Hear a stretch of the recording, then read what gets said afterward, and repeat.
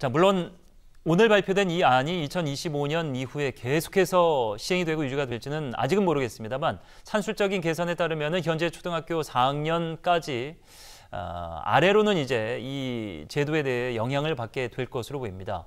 고교 서열화가 존재하기 때문에 이것을 해소하겠다라는 방안, 개괄적인 정리부터 좀 해보도록 하죠. 네, 오늘 발표가 됐죠. 그러니까 초등학교 4학년 학생들이 고등학생이 되는 시기가 바로 2025년입니다. 네. 2025년이 중요한 이유가 오늘 발표된 이 자사고 그리고 특목고 가운데서 외국어고, 국제고 이 폐지가 되고 일반고로 전환되는 그런 시점입니다. 고교 서열화의 문제가 계속해서 제기가 되고 있던 상황에서 오늘 발표가 나왔던 건데요.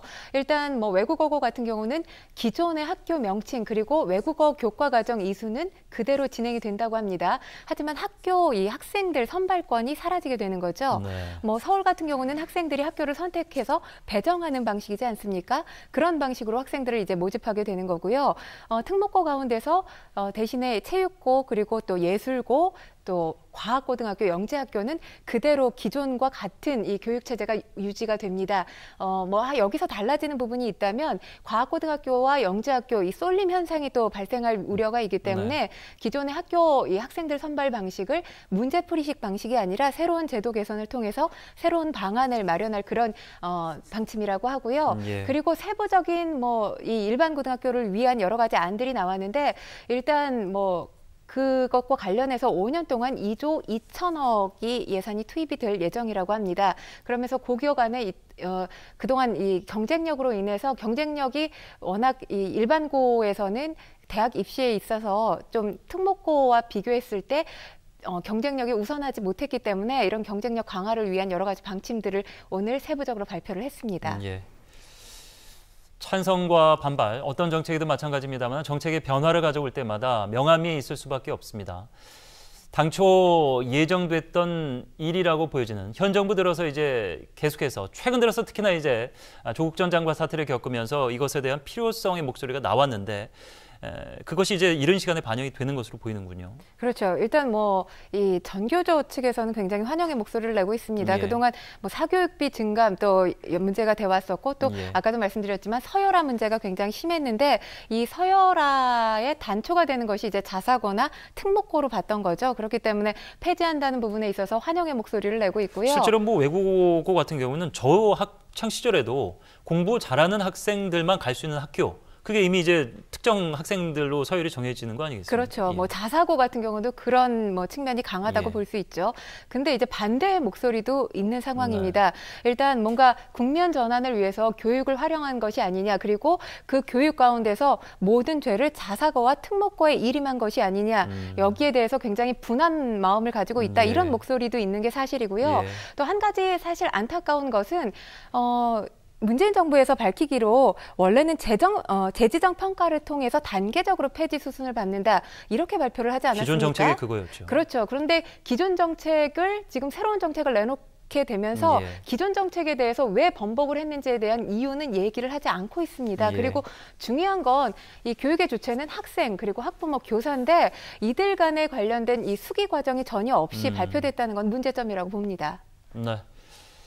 자, 이런 가운데 재정 문제도 불거졌는데 발표는 5년간 2조 2천억 원 투입하겠다였죠. 교육부의 설명에 따르면은. 근데 한국당이 돈 문제를 이전에 얘기했던 적이 있었더군요. 그 내용은 이랬었습니다. 국회 예산정책처가 앞서서 분석한 자사고 일반고 전환에 따른 재정 소요 5년간 7,700여억 원. 전희경 한국당 의원의 이야기는 공교육 부실 책임 오로지 자사고 특목고에 두는 거 아니냐. 이 과정에서 세금마저 퍼부는 형국이 되고 교육 경쟁력과 재정 손실 둘 다 초래하는 하지하책, 정책 중에서 제일 안 좋은 정책이다. 이렇게 비판을 하고 있습니다. 예산 문제 어떤 부분 좀 봐야 됩니까? 일단 지금 뭉뚱그려서 5년 동안 2조 2천억이 들어간다고 오늘 발표를 했습니다. 그러니까 여러 가지 안들을 발표를 했으면 그 안들에 따라서 이 안은 얼마가 들어가고 이렇게 디테일한 부분이 명시가 됐어야 되는데 그렇지 않고 일반고 경쟁력 강화를 위해서 5년간 2조 2천억 원이 들어갈 것이다. 물론 세부적으로 어떤 계획안을 뭐 수립을 할 건지에 대해서는 그러니까 유은혜 장관이 말씀을 했지만 중요한 건 어떤 안에 얼마가 들어갈지 얘기를 해놓지 예. 않은 상태고요. 그리고 이게 뭐 불보듯 뻔한 게 2조 2천억이라면 5년 동안 상당히 막대한 비용이 들어가는 건데 국민의 혈세로 충당할 수밖에 없는 상황 아닙니까? 근데 이 발표한 내용 중에서 고교 학점제라는 게 있습니다. 고교 예. 학점제라는 게 이제 이 일반고 학생들도 대학생들처럼 본인이 원하는 과목을 선택해서 들을 수 있는 그런 제도거든요. 그거에 맞춰서니까 이렇게 전환한다는 거 아니에요? 그렇죠. 그런데 문제인 건 어떤 과목을 더 충당할지도 아직 계획이 안 돼 있고요. 그리고 그 과목을 가르칠 교사를 어떻게 충원할지에 대해서도, 그리고 새로운 과목이 만들어진다는 건 새로운 공간이 또 필요한 부분이거든요. 그래서 이런 부분에 대해서 구체적인 안이 전혀 없기 때문에 네. 지금 일선 교사들도 이 부분에 대해서 굉장히 회의적이라고 합니다. 이런 부분에 대한 심사숙고 상황에서 사실 오늘 발표가 됐는지가 예. 의문이 듭니다. 예. 자, 이 지난 5일 2016에서 2019학년도까지 4년간 서울대, 연세대, 고려대, 소위 말하는 뭐 명문대, 스카이대학교 포함해서 전체 13개 주요 대학의 학생부 종합전형 실태조사 결과를 발표했는데, 결국에는 앞서 이제 전환이 될 것으로 보이는 이 해당 학교들의 좋은 학생들, 뭐 공부 잘하는 학생들을 좋은 학생이라고 볼 수는 없습니다만 공부 잘하는 학생들이 많고, 그래서 이 학교 학생들이 많이 스카이에 진출을 했다.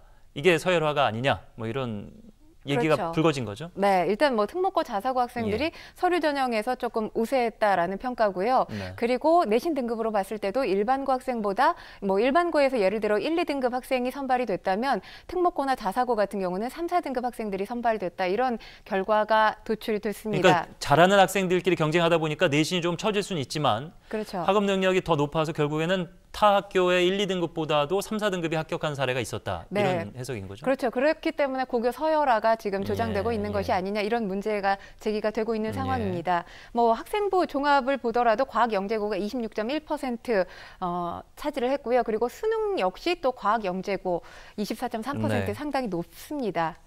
뭐 근데 지금 이 결과를 가지고 얘기하기가 상당히 저는 조심스럽다고 보여지는 게, 일단 이 결과치가 언제 도출이 됐냐면 2주예요. 2주 동안 24명의 조사단이 13개 대학에서 지난 4년 동안의 입시 자료, 2016년부터 2019년 동안의 자료 무려 2만 2명의 이 수시 전형 자료를 가지고 조사를 했는데, 이게 한 명의 조사 인원이 그러니까 8만여 명 이상의 서류를 본 셈이거든요. 2주 동안 온 밤을 지새워서 서류 작업을 했다는 건데, 그렇게 해서 도출된 결과가 과연 믿음직스러운가에 대한 의심이 사실 들기는 합니다.